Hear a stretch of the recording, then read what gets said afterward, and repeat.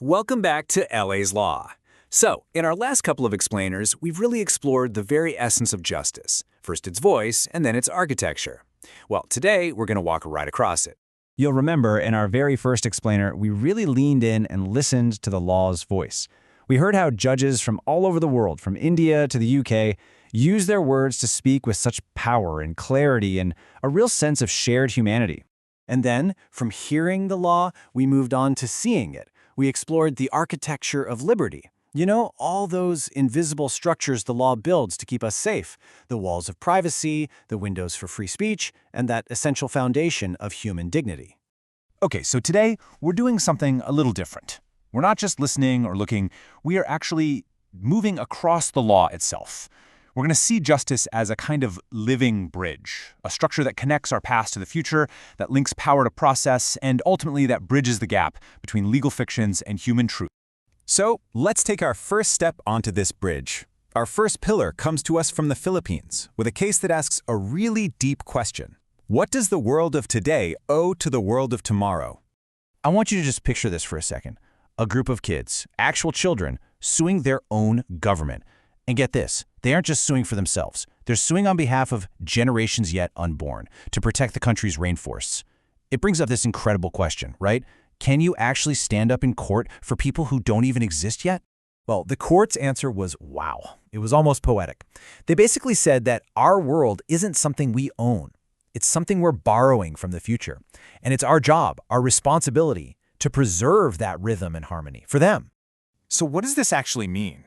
Well, it means the law effectively becomes a kind of time machine. It gives us the power, right here in the present, to protect the rights and the well-being of people who won't be born for decades, maybe even centuries. It's an absolutely mind-blowing idea. And this image just captures it perfectly. The future, that little seedling, is growing inside the confines of the present, the hourglass. And our job right now is to make sure that seedling has everything it needs to thrive long after the sand in our part of the hourglass has run out. Okay, so every bridge needs guardrails, right? To make sure it's safe and sound. That's what we're looking at next. We're going to check out two cases, one from Canada and one from Kenya, that are all about setting the rules for power and protecting the integrity of the law. And what we have here are two really different sides of the same coin. On the one hand, you've got the abuse of power by one person, and on the other, you have the failure of a whole system. But really, they're both about the same thing, an attempt to let raw force take over from the rule of law. So, in the Canadian case, a premier literally used his official power to strip a man of his business license just because he didn't like his religious activities. The court's reaction was basically a huge no way. This quote is a powerful warning against a world run by the arbitrary likes and dislikes of powerful people, instead of by clear, fair laws for everyone.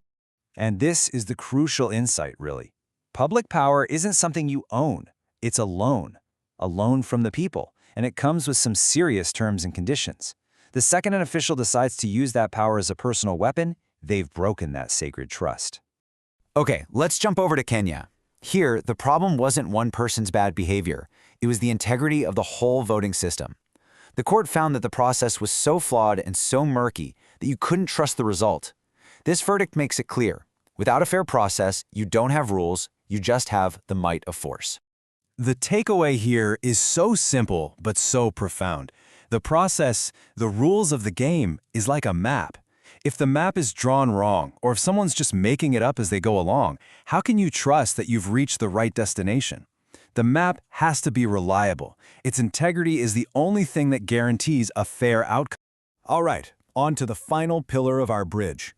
And this one is a big one. It's got how a country, the United States, had to confront a legal fiction it had created.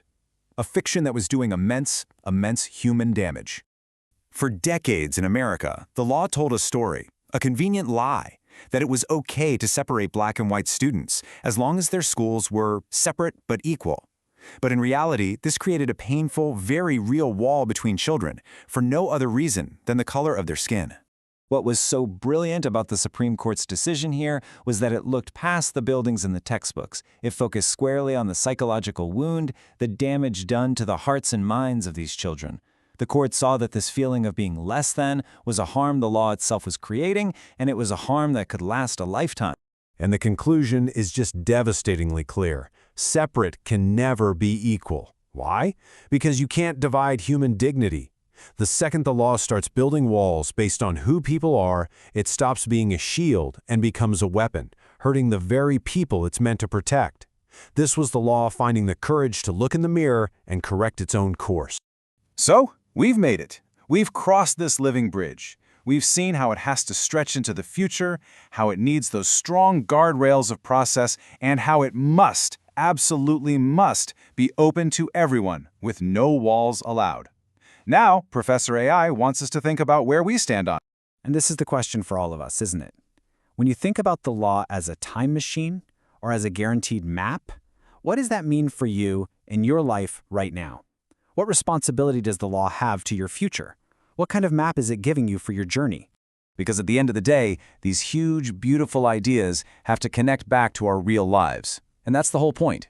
It proves once again that the deepest truths of justice can and should be understood by everyone. The speech of the lay is the language of the law. Thank you so much for joining me on this walk. We'll be back to explore more judicial wisdom from around the globe next time, right here on LAI's Law.